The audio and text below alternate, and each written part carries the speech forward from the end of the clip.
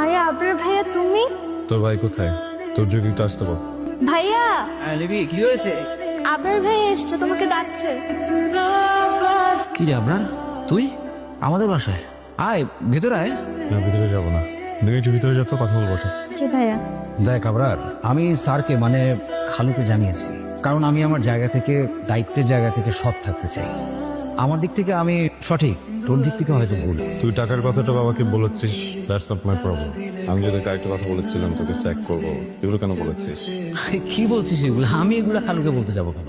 আমার মনে হয় কি, খালু তো প্রত্যেকদিন সিসিটিভি ক্যামেরার ফুটেজগুলো চেক করে। খালু হয়তো ভিডিও দেখে আমাদের কথোপকথনগুলো শুনে ফেলেছে। আমি নিজে খালুকে কিছুই বলিনি। আমি ভেবেছিলাম তুই অথবা নিয়ে বলেছিস। আরে কি বলছিস তুই এগুলা? আমি তোর কাজে, আমি এমন কিছু কখনোই বলবো না যাতে করে তোর আর খালুর মাঝখানে কোনো দ্বন্দ্ব তৈরি হয়। তুর্য, সরি। বাবাকে বলিস সরি বলেছি। আচ্ছা ঠিক আছে, আমি খালুকে বলে দেবো। এরা আমি তুর্যকে সরি বলেছি। সরি বলার সময় ভেতরে একটু জ্বলন কাজ করছিল, কিন্তু বলে ফেললাম। আবরার, মানুষ সরি বলে ছোট হয় না। একটা মানুষ কখন বড় হয় জানো? কখন? যখন মানুষটা সরি বলতে শেখে। এরা তুমি কোনো কিছু বললে আমি খুব সহজে বুঝে যাই, কেন বলো তো? আমি কোনো কিছু বললে তুমি কেন বুঝে যাও? Don't know.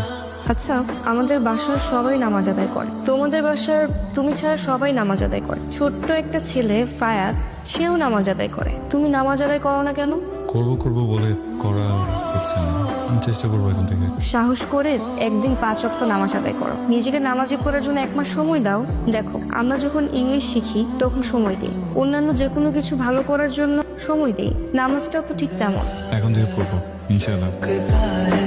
महकता है आज तू मेरा तन बदन, मैं प्यासा हूँ मुझे भर ले अपनी बात। আচ্ছা, আমি আবরারকে দেখলাম এশার নামাজ আদায় করছে। কি বলো?